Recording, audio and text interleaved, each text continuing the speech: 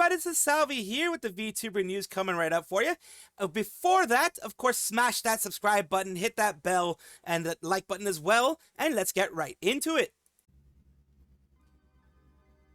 Sinder is a hellhound wolf VTuber who got into a lot of drama, and this is one of the reasons why I'm talking about her today, because we are going to try to put a cap on the whole thing. Just letting you guys know what happened in overview, a bit of a review of what happened there, just as short as I can make it for you guys in order for you guys to be able to enjoy it and have it out there for you guys, because you guys asked for it. So today we're having, Nanoless was one of the other people involved. And of course, real quick, as I had shown you guys before, Nano did here accept that she was responsible for a lot of things. I'm putting this in between at some point when talking about the Nano thing. This is editor here, so this is going to be a short section. And then, of course, you are going to be going, after I mention the stuff, you're going to be going back to your regular scheduled program. It says, I already worked my ass off to please Sinder. She's basically saying here, this whole thing here that she said to her community, she admitted she was the one that wanted to do all these things. She admitted that she's the one that asked for the exclusivity deal and then walked back on it. She said that she spoke up because of the blacklisting of different people, and that's supposedly why she did this. This is her trying to wash herself of her sins, in my opinion. Nanoless is very guilty of a lot of things as well. I personally feel that. Now back to your regularly scheduled program. And of course, she made this 1,000-page document, Sinder did, to try to, change how everything was. I'm going to go through the little sections here, over to response. And here, she pretty much does the purpose of the document to try to, take accountability, as she says. So there's a lot of speculation in the document. She does say, through all this, that there are people, Nanoless, Shy Lily, and Silvervale are the ones that seem to be taking more benefit out of this, from her opinion. They were, saying that we were lied to, that they're going to prove it through this whole thing. And through this, she also goes through that she is with Red, still with Red, took Red back. The reason why her apology, according to her, wasn't so good in the original one was because she had taken Red out. She kicked Red out. She was very emotional. And she gives a bit of a history, which really doesn't matter too much, but it gives an idea of why she would stay with Red, why she would take him back. She was with Red in the parents' basement. Since they started, she pretty much started her VTubing career. Red was the one that was helping her out a lot, helping her with, place to live, a place to be, a lot of the setup, etc. So they are saying, of course, burden of the proof is on the accuser, not the accused. They do go over a lot of things here. Basically, like I said, the stuff that happened with Red since 2022, etc. They've been working together for a long time, and part of that working together was eventually, mentioning things like this, like what happened. Red did include Bao. Red had the artist #1 in there. Conversation with Nano Shy Lady, things that she didn't know about.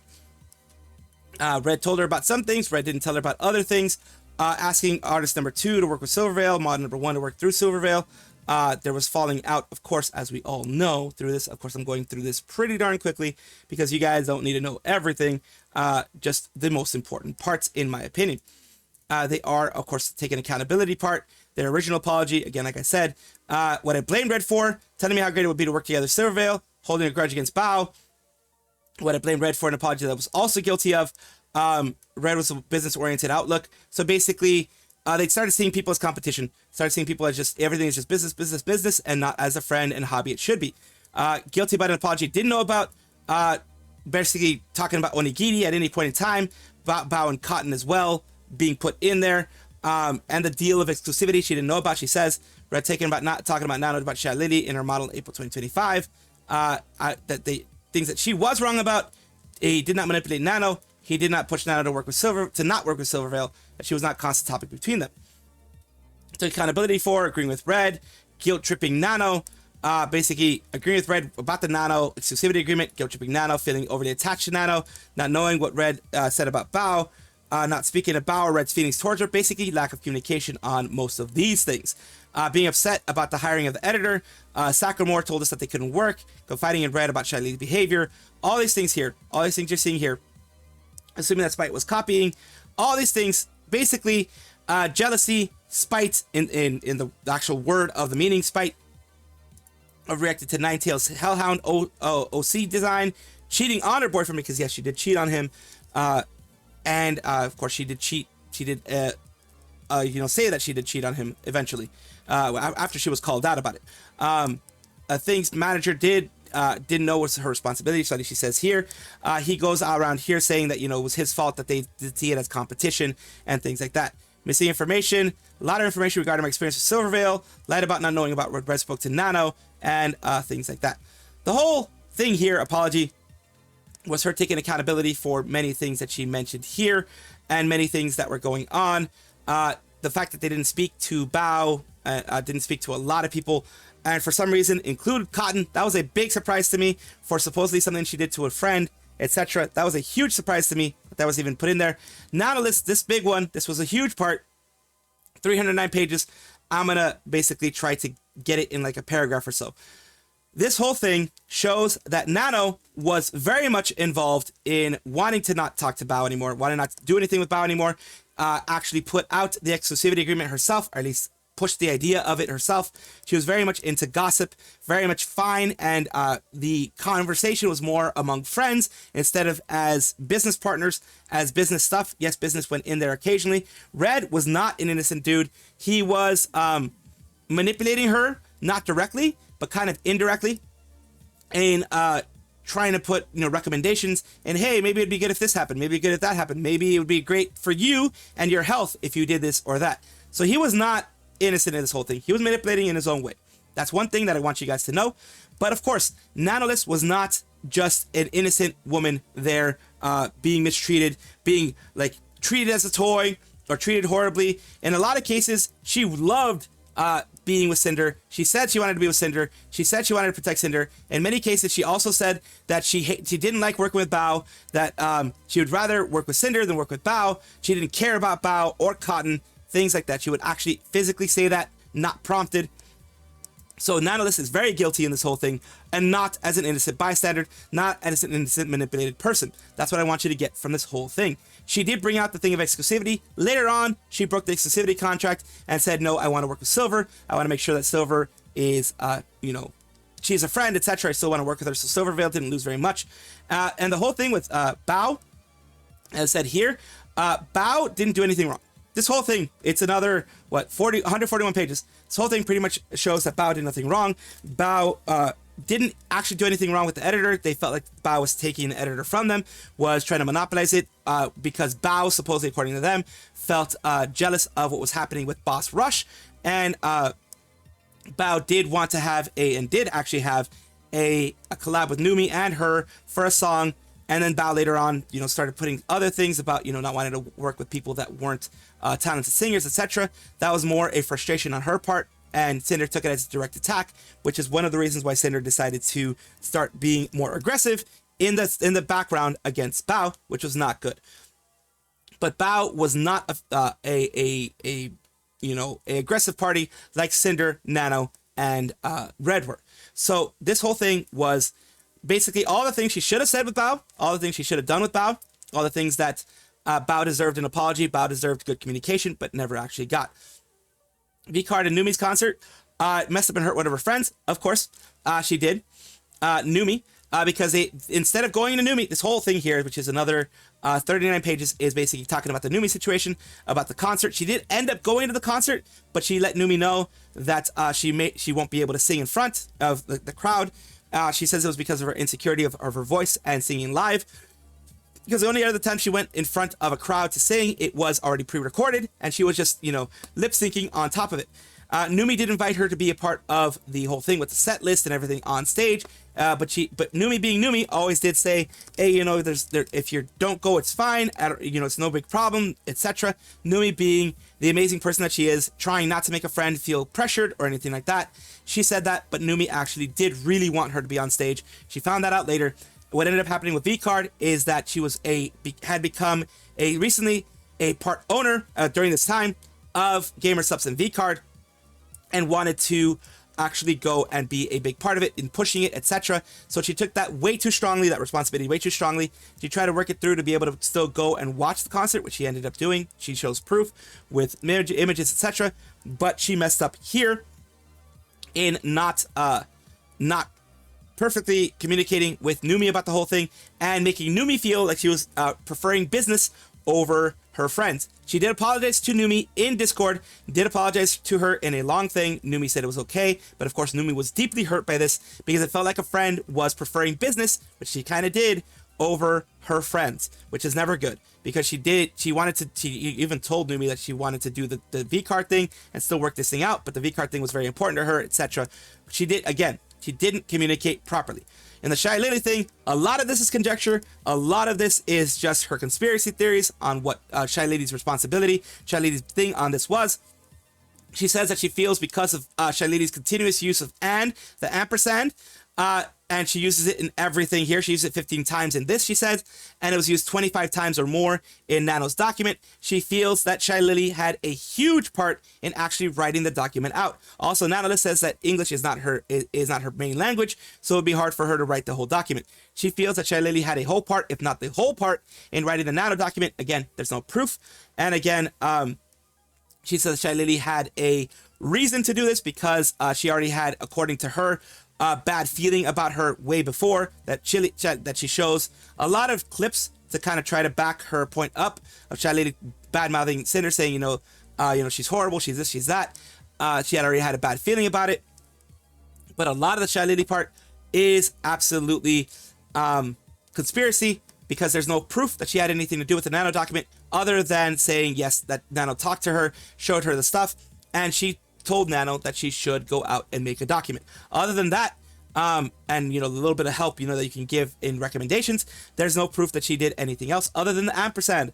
It is convincing enough, I think, that maybe she was an editor, because Nano in any of her conversations has never used the ampersand really, and Shy Lily loves to seem to use it. So that is up to you whether or not the ampersand is the ampersand is his at sign, is or and sign. The and sign, I mean, and it is up to you guys whether you guys believe that Shy Lady had a lot to do with it. Shy Lady did have some, you could say, a motive for it, a loose motive, a loosely tied motive, but a motive nonetheless. So that is one thing that you have to look at, that you can decide whether or not is something that you want to, find important. And to continue on, the breakdown of everything, so supposed breakdown of everything, 359 pages. This is, again, the whole Nano thing, the girly pops, the fact that girly pops didn't have much to do with this.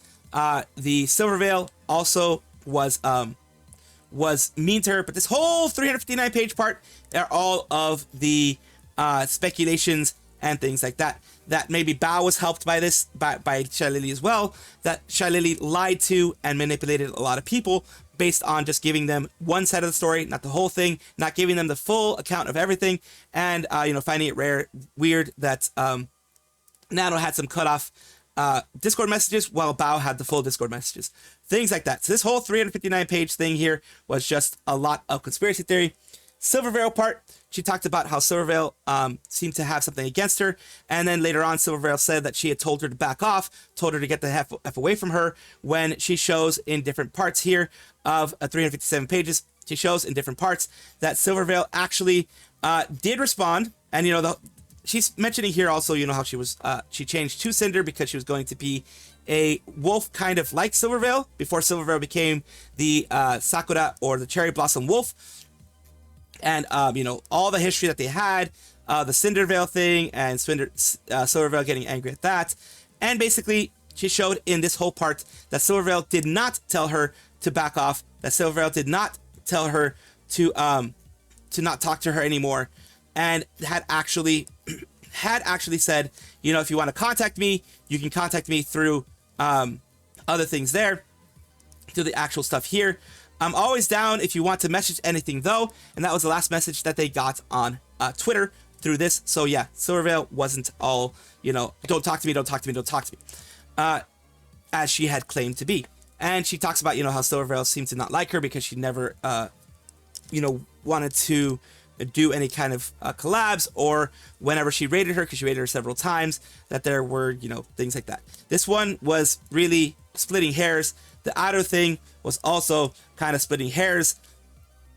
Ado was another VTuber that they had, Sinder was pretty much using in a way to get to Silvervale, because the thing with Cinder is that she used Ado, she talks to Silvervale directly, and then Ado and then a mythic talent manager to try to get a collab with her. So that could seem a little bit overboard for many people, and that's probably why Silver did not want to talk to her anymore.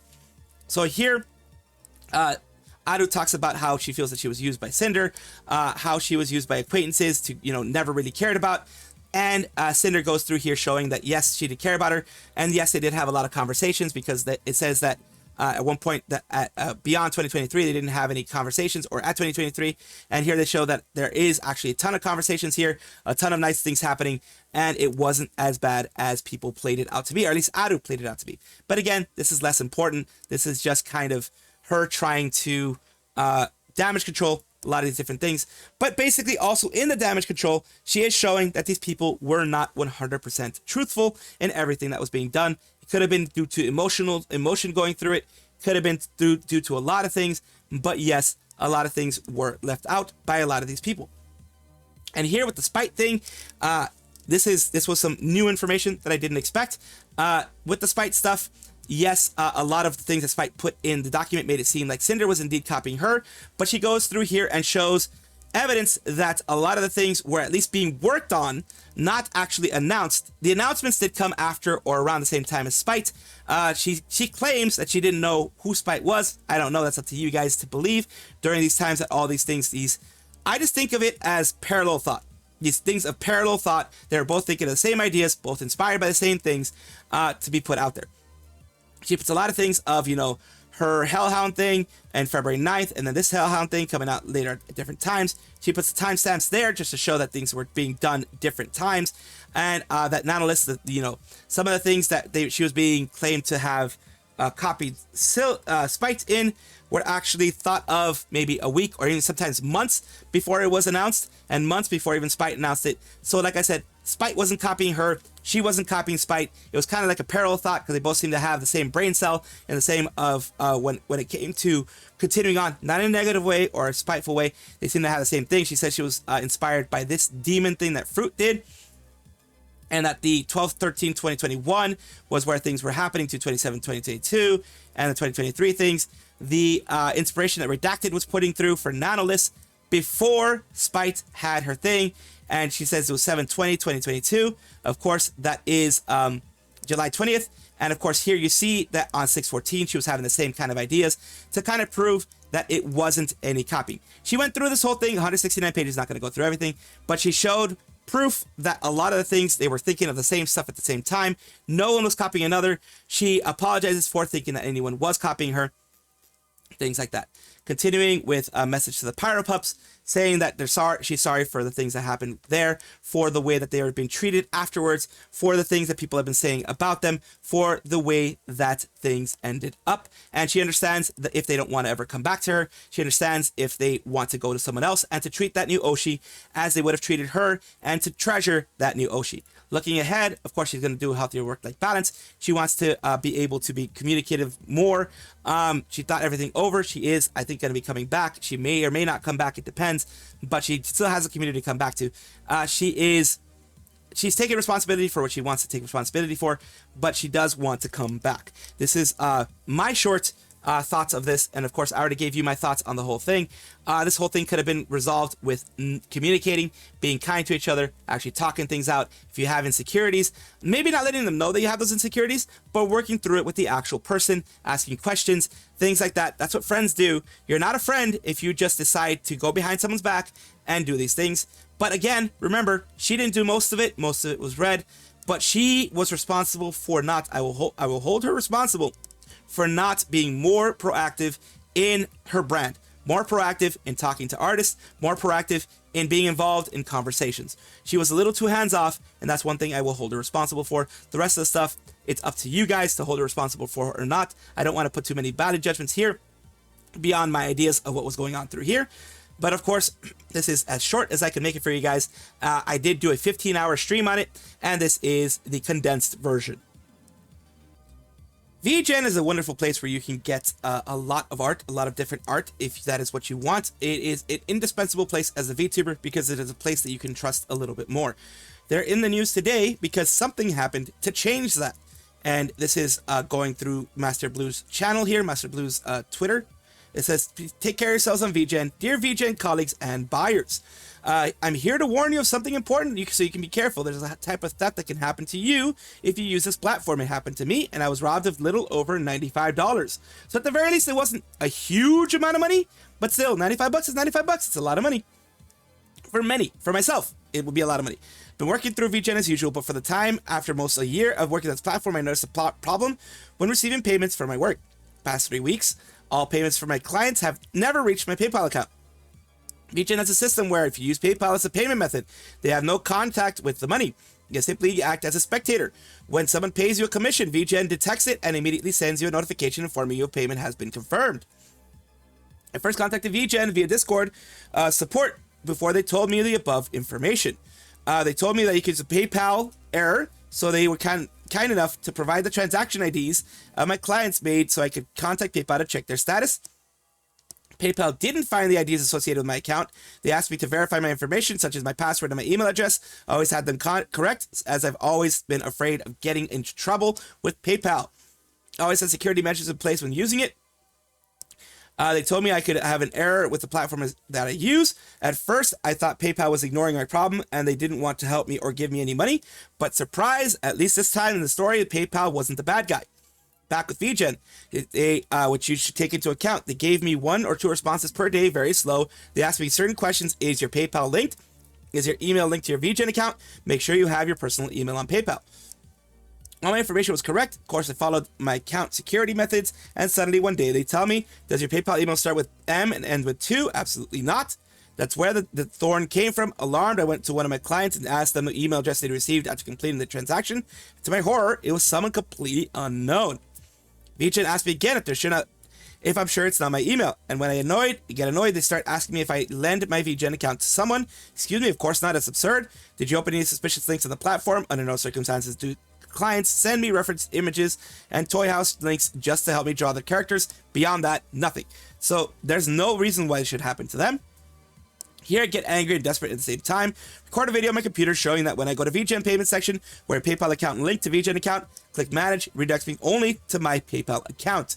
But for VGEN, it appeared that another email was linked to my VGEN account, not mine. I quickly unlinked the account and relinked it, and apparently I was able to receive payments again, new ones, not previous ones, which the fraudulent person took. I asked them how that error could have happened, how their platform redirected me to a PayPal account if it wasn't linked. How could someone even link their account to not engage in dangerous online activities? If you don't engage in dangerous online activities, most importantly, what would happen to my money? I went to all my clients who stopped back then. VGEN told me I could continue off my commissions without worrying. I asked them at the beginning of this problem if it was better to wait until everything was resolved. They confidently told me it wasn't necessary. I told them to refund everything directly to that fraudulent email via PayPal. I no longer demanded to be paid again. Since the VGEN system, when the commissions ended, I was afraid they would give me bad reviews and recommend my work less. Besides, some were too lazy to refund, and they were satisfied by having their drawing, which is ugly in my opinion, so I can't force them to do it either. Only one very kind person refunded me and told me they would pay me again, while another, feeling sorry for me and sending them variants of their illustration, left me a tip, which I sincerely appreciated. I asked VGEN how this could have happened, made it clear that something like this was very dangerous, and that they could easily change payment accounts without notifications or confirmations. Also, for the error, the VGEN kept telling me the account was still linked, and turned out it wasn't. I couldn't have realized sooner. And avoided losing so much money. My only mistake was not realizing sooner that payment wasn't sending me to the immediate payment confirmation notifications that are sent simultaneously with VGEN. So they're blaming themselves a little bit, and of course blaming VGEN. To this day, I'm disappointed because they haven't answered my messages since last Friday. They stopped responding because prior to this, in their last reply, they had written to me they were considering my case as a priority. They weren't. They said they were considering it as a priority, but apparently they weren't. Yet here, we're treating the situation with the highest priority according to this. Still haven't received an answer, and they've resigned myself to losing all that money. Thanks to the clients I mentioned, I managed to reduce my loss from 95 to 55. With that, I learned to both confirm and receive a commission, and to above all, to unlink and relink my PayPal account on VGEN periodically. I can't afford to leave VGEN, as most, if not all, of my commissions come from there. It is a very, very highly used platform. I had positive experiences so far. This case made me feel less confident using the platform. I know it offers many opportunities, but this bad luck has greatly affected how I feel about it. I'm writing this so you can be careful with VGEN. Check your payment notifications and perfectly confirm your payment emails with the customers. I feel disappointed. I thought this platform was secure. I share this experience with Facebook in Spanish. Some people mentioned that they knew about the software, said it had various things, ranging from it sounding more like platform was hacked. The database failed to save 2 pieces of information, the one from the registered email, the one I saw, or someone within the platform could have even done something wrong.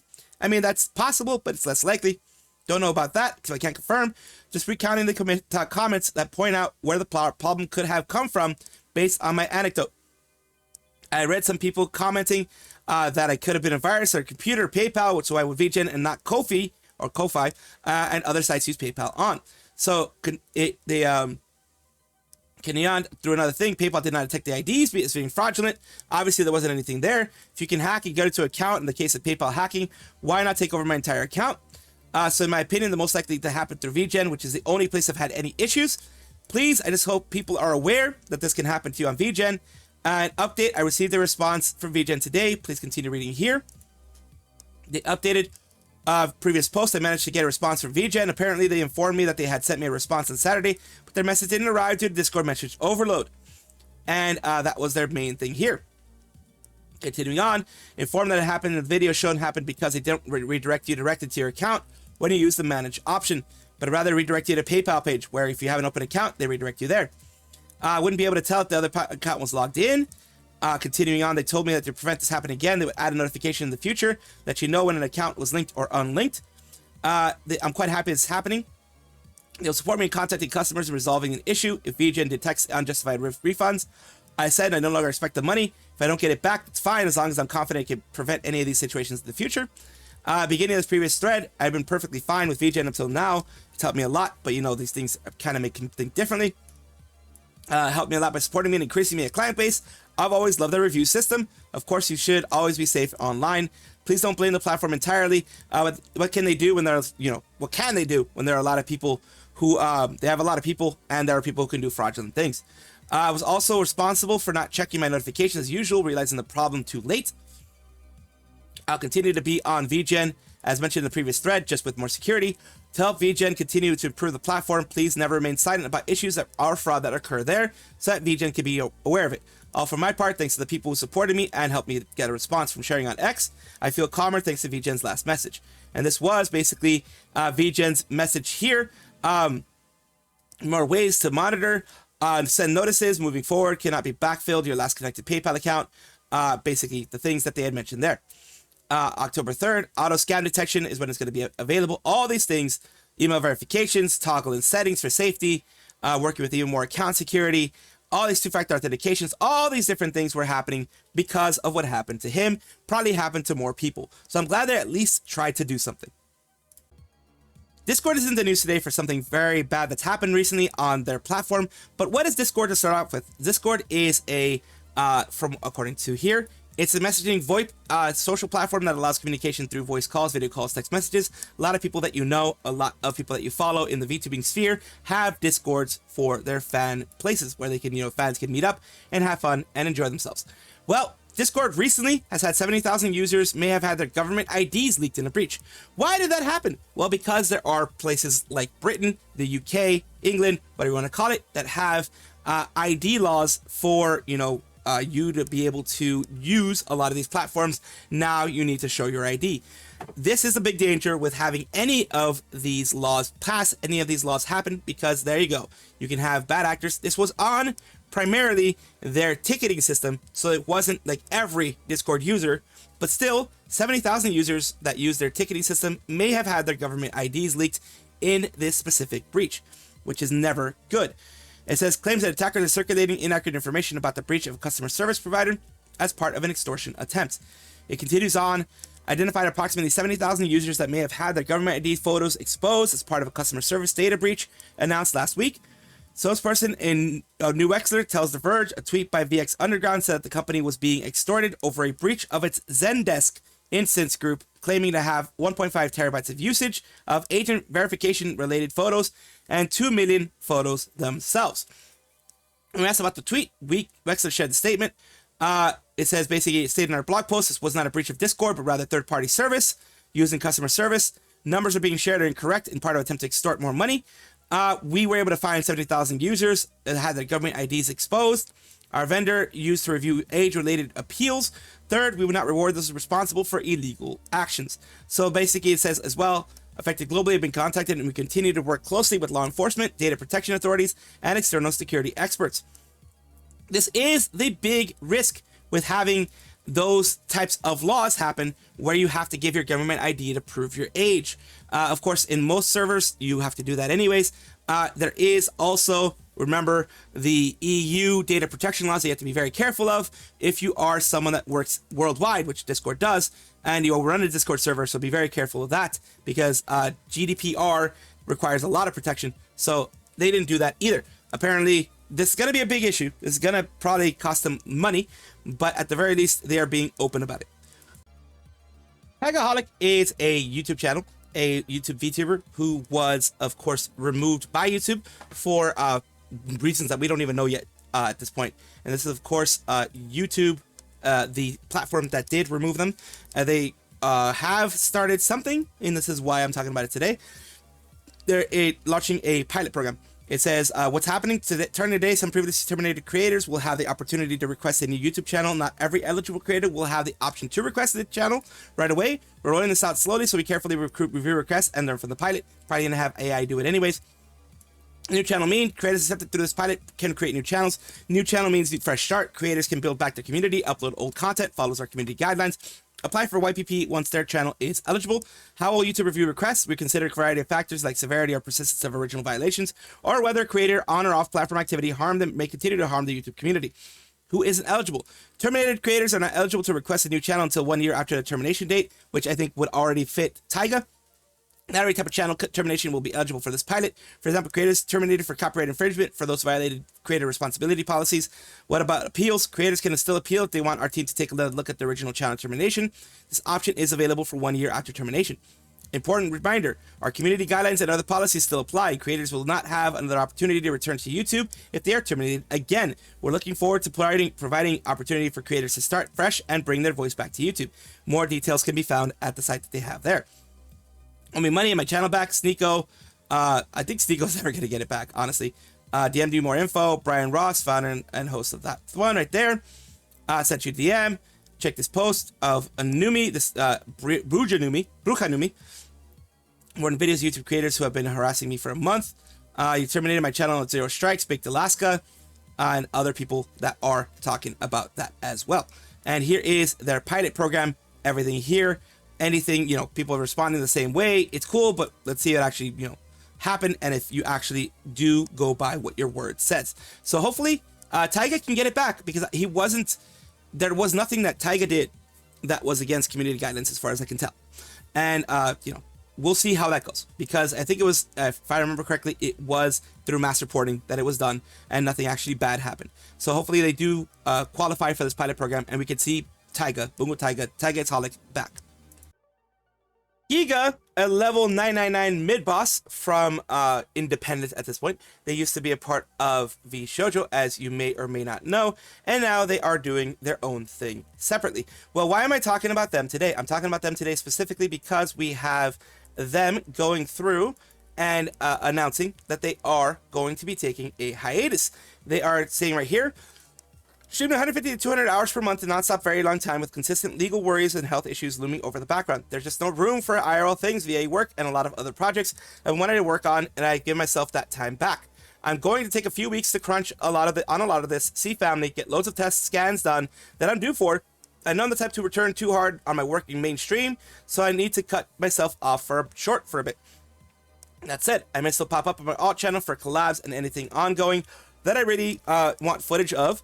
I'll also be doing a lot more with my community and various projects and ideas I had to do outside of streaming. Got Little Nightmares 3 with Henya, Block Wars, etc. Sorry to those who are still coming up with streams to hang out. Hopefully I'll see you elsewhere in the meantime. I'll be back soon with a lot of new things. And here is them mentioning this on stream. It's not a vacation, no. There's so much work that I have to do, and it's so hard. There are also things that I want to like change, adjust, and I can't when I'm constantly streaming, because between this channel and the alt channel, I put in minimum 150 hours per month of streaming, minimum, often more. It's a lot, but I have things that I have to do on this unit. I gotta do some shit in the walls, okay? That's number one. Number two, I have to do a lot of work with a lot of projects that are coming up that require me to like crunch time on it. I have voiceover work that I'm also taking on that I have to do, and that requires hours and hours and hours of time, sending stuff over, getting feedback, doing it again, all of that. So I need that. A lot of YouTube related stuff as well, like a lot of YouTube related stuff that I want to do as well. So all of that I want to do very badly, but I need to have time for it. So I'm going to say, since I never ever take breaks from Twitch necessarily, I'll put that away for a short bit. It'll only be a couple of weeks. I don't have an end date because I'm not going to pick an end date until I get through some of it and I can accurately gauge when I need to be like, okay, this is fine to come back now.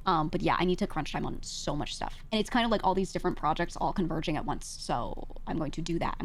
But it's getting a lot of, there's so much good stuff on the horizon because of this. There's so many good things that I'm going to work on and get finished now. So that is the good part. So I'll still be doing a lot of work, but I'm not going to do that work and be streaming 150 hours, you know, like I just think there's no way. I think there's absolutely no way. But yeah, it'll just take a really long time. I also, like, on top of it, I just would like to have some time to make some YouTube videos again. And a lot of the time. So yeah, she's going to be doing that more for herself. And of course, working on the YouTube channel and that type of stuff like that. Whatever reason she wanted to do this for, it is very good for her to take a break. And I'm glad that she's putting her foot down and making some time for herself and the projects that she was really interested in. Welcome back, everybody, to the VTuber Showcase, the place where I like to showcase up-and-coming VTubers of various sizes, shapes, forms, types, everything in between. I do this in order to promote other VTubers instead of promoting myself. Of course, you know, self-promotion is good, but I'd rather promote others right now. Your number one guide to the afterlife, Pastel Demon VTuber, CrossingPoint, is the one we're talking about today. Let's take a look at their content here. This is their stuff over here on Twitch. It is your number one guide to the afterlife. Let's take a look at something that they had put out here before. We're sure we're talking about the same thing? What you said is ejaculation, good sir. The heck? Okay, that was interesting. Also, here is their YouTube channel for anyone that wants to take a look at their YouTube and wants to enjoy that as well. I will have that in the description below. Of course, thank you so much, CrossingPoint, for allowing me to showcase you on my channel. I do hope this helps you in some way. Thank you guys for watching as always, and of course take a look, and if you enjoy everything, like, comment, subscribe, hit the bell notification icon, all those things that YouTube asks of you. Really do appreciate you. Have a wonderful day.